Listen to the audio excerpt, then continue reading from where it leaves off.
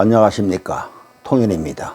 오늘은 수염의 운명적 특징에 대해서 말씀을 드리겠습니다. 구독과 좋아요를 눌러주시면 감사하겠습니다. 수염은 이렇게 윗입술에 이렇게 수염이 있는 거 있죠. 이것을 관상학적으로는 관이다 그럽니다. 관. 그리고 요 부분 있죠.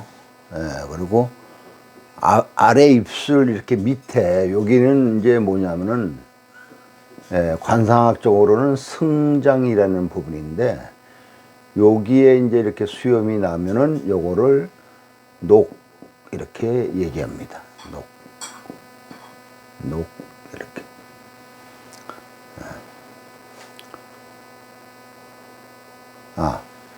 잘못 얘기했네요.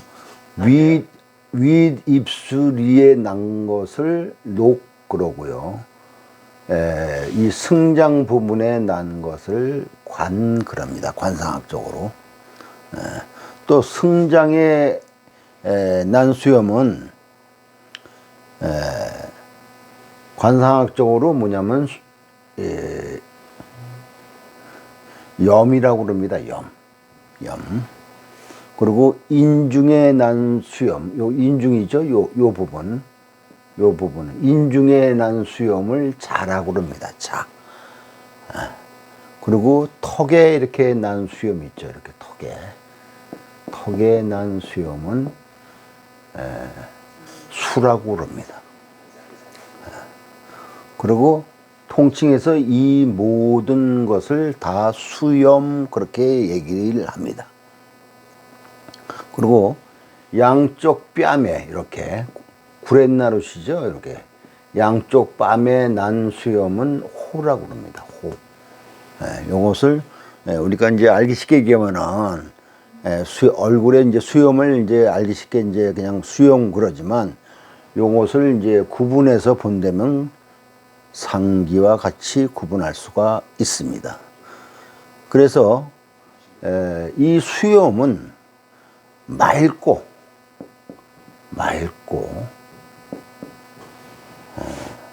아름다워야 한다.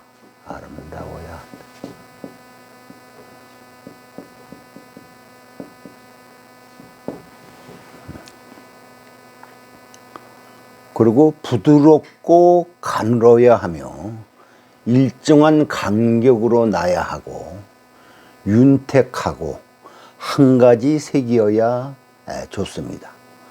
만약에 수염이 거칠고 시커멓고 마르고 많고 어지럽고 누러면 수염은 나쁩니다. 특히 입이 작거나 코가 작은 사람은 수염을 기르는 것이 좋지 않은데, 만약에 그런 사람이 수염을 기르면은 도둑을 끌어들이고 악당을 기르는 것 같아서 우환이 따르게 됩니다. 수염을 길러도 되는 사람도 수염은 적게 기르는 것이 좋고, 수염을 안 길러도 해가 없습니다. 요즘에는 수염을 기르는 사람이 많지 않은데, 이런 경우는 면도한 수염 자국을 보고 판단합니다. 그래서 수염을 옛날에는 많이 길렀잖아요. 요즘에는 또 수염을 잘 안 기르고 이러죠. 이런 것도 하나의 문화적 차이다 이렇게 보시면 됩니다. 수염을 기르는 것이 좋지 않은 사람이 수염을 기르면 재물을 파하고 사람이나 가족으로 인해 어려움이 따르고 자녀가 상할 수 있습니다. 또 나도 모르게 좋지 않은 일을 당할 수가 있습니다. 누명을 써서 관제 송사에 시달리거나 손재수가 나거나 질병이 생길 수가 있습니다. 너무 수염털이 많으면 지혜가 부족하고 소심하고 섬세합니다. 젊어서 성공하는 것의 핵심은 눈썹이 잘생겨야 하고, 노년의 수복을 누리는 것은 수염이 잘생겨야 합니다. 수염이 노라면 발달이 늦어집니다. 수염은 신장에 속하는데, 신장이 약하면 머리카락이 빨리 휘어집니다. 얼굴이 둥글넓적하면 크게 성공하는 상이죠. 그런데 여기에 만약 수염이 목까지 덮으면 폐가하고 옳게 죽지 못합니다. 얼굴이 분을 바른 것처럼 하얗게 생기면 안 좋은데, 수염이 붉으면 오히려 재물복과 수명이 깁니다. 수염은 윤기가 나야 발전하고, 수염이 메마르고 어두우면 망합니다. 또 수염이 너무 많은 것도 안 좋습니다. 다만 수염이 많아도 깨끗하고 수려하면 발달합니다. 단 노란색이면 안 좋습니다. 수염이 많으면 깨끗하고 단정해야 하며, 턱 중앙 수염은 길고 양옆이 짧으면 귀해집니다. 그러니까 턱 중앙 수염이 이렇게 길고 양쪽에 난 수염은 좀 짧게 난 게 그래도 좋다 이거죠. 이렇게.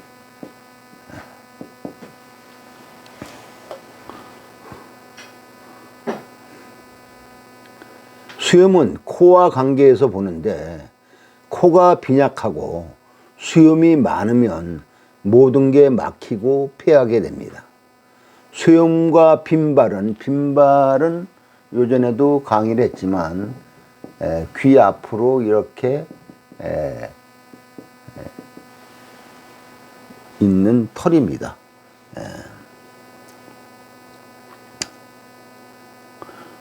그래서 수염과 빈발은 균형이 맞아야 합니다. 빈발이 성글면 수염도 성글고, 빈발이 진하면 수염도 진해야 됩니다. 그래서 이것을 우리가 관상학적으로는 삼농삼천이라고 합니다. 삼농삼천 이렇게 얘기합니다. 짙은 건 짙고, 또 얇은 건 얇아야 된다. 그래서 삼농삼천은 뭐냐면은 이 머리카락과 눈썹과 이 수염, 이 머리카락과 눈썹과 수염은 진하려면 이 똑같이 지내야 되고, 또 뭐냐면은 옅으려면은 성글려면은 똑같이 성글어야 됩니다. 이것이 뒤죽박죽이면 운명의 기복이 많죠. 그 점 알아두시고, 입술, 특히 아래 입술은 수염이 가리지 말아야 합니다. 아래 입술에 수염이 많이 나갔고 아래 입술을 이렇게 가린다, 이러면은 보통 사람이 그러하면 운이 없고 관직을 구해도 구하기 힘듭니다. 목형이라는 것은 이제 관상학적인 오행 체형으로 구분한 건데, 궁금하시면은 찾아보시면은 나옵니다. 이미 강의를 했던 겁니다. 목형이 수염이 많아 아래 입술을 가리면은 병도 많고 실패하게 됩니다.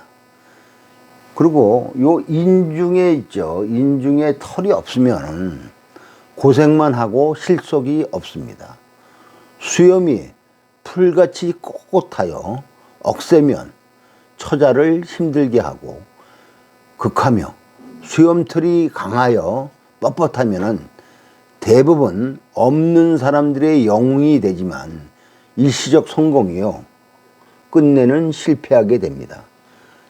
역사적으로 대표적인 사람은 임꺽정이죠. 요즘으로 말하면 노조 활동을 불편부당하게 하는 사람에 해당할 수 있습니다. 윗수염이 있으면 아랫수염이 없어도 항상 발전하는데, 이제 코밑수염이죠. 이걸 윗수염, 그 밑에 있는 걸 아랫수염 그럽니다. 근데 윗수염이 있으면 아랫수염이 없어도 발전한다 이거죠. 근데 윗수염이 없고 아랫수염이 있으면 재물은 패하고 사람이 떠납니다. 그래서 수염은 콧수염을 기르는 것은 좋은데 턱수염은 가급적 안 기르는 것이 좋습니다. 수염이 제비꼬리 같거나 이렇게 수염이 이렇게 이렇게 제비꼬리처럼 생겼거나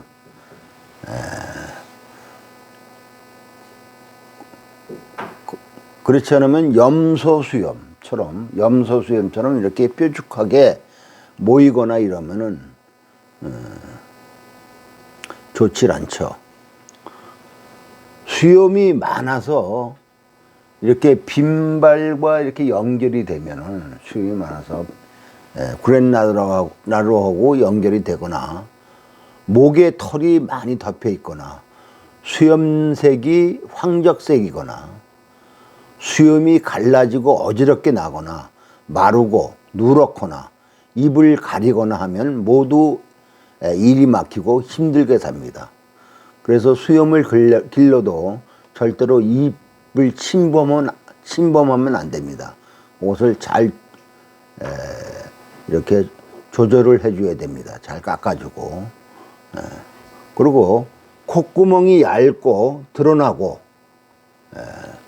윗입술이 얇고 혹은 당문치가 결함이 있고 지각이 뒤로 물러나 있어서 이렇게 그런 것은 이제 콧구멍이 얇거나 드러나거나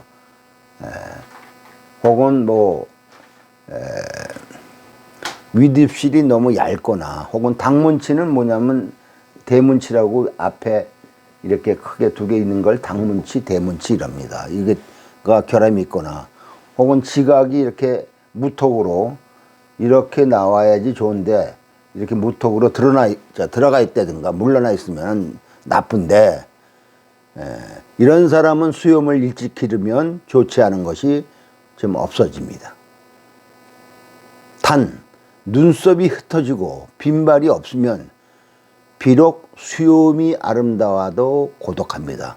그래서 관상이라는 것은 어느 한 가지만 보고서 판단하는 것이 아니라 상호 관계를 잘 봐야 됩니다. 수염이 좌측으로 휘어지면 철을 무서워합니다. 광골은 잘생겼는데 빈발이 없으면 모든 일에 이름이 적고 머리카락과 빈발이 거칠고 많으면 평생 힘들게 고생합니다. 머리카락과 빈발이 검푸른 색으로 윤기가 나면 가볍게 재물과 명예를 득합니다. 수염과 눈썹은 짙고 옅음이 서로 맞아야 합니다. 같이 짙거나 같이 옅어야 좋습니다. 마른 사람이 수염이 길고 잘생기면 관록이 있고 얼굴이 넓적한 사람은 수염이 부드럽고 깨끗하면 정신계에서 이름을 날리게 됩니다. 수염이 목까지 나면 외가재산이나 처가재산을 득할 수가 있습니다. 머리가 많고 인중에 수염이 없으면 동업하면 안 됩니다. 망하죠. 수염이 부드러우면 성품이 부드럽고 수염이 붉으면 고독하고 형극이 많습니다. 인중이 짧고 윗수염이 많으면 사업을 파하고 수염이 가늘어 바람에 날리거나 거칠면 나이 먹어 모든 것이 없어지게 됩니다. 수염은 검고 빛나며 깨끗하면 발달하고 수염이 희고 마르며 뻣뻣하면 수명이 길지 못하고 수염이 마르고 꼬이고 뭉쳐있고 어두운 자는 흉하고 수염이 노랗거나 붉어도 윤택한 자는 좋은 일이 많고 수염이 타는 듯 마르고 누런색은 실패하게 됩니다. 오늘은 여기까지입니다. 구독과 좋아요를 눌러주시면 감사하겠습니다.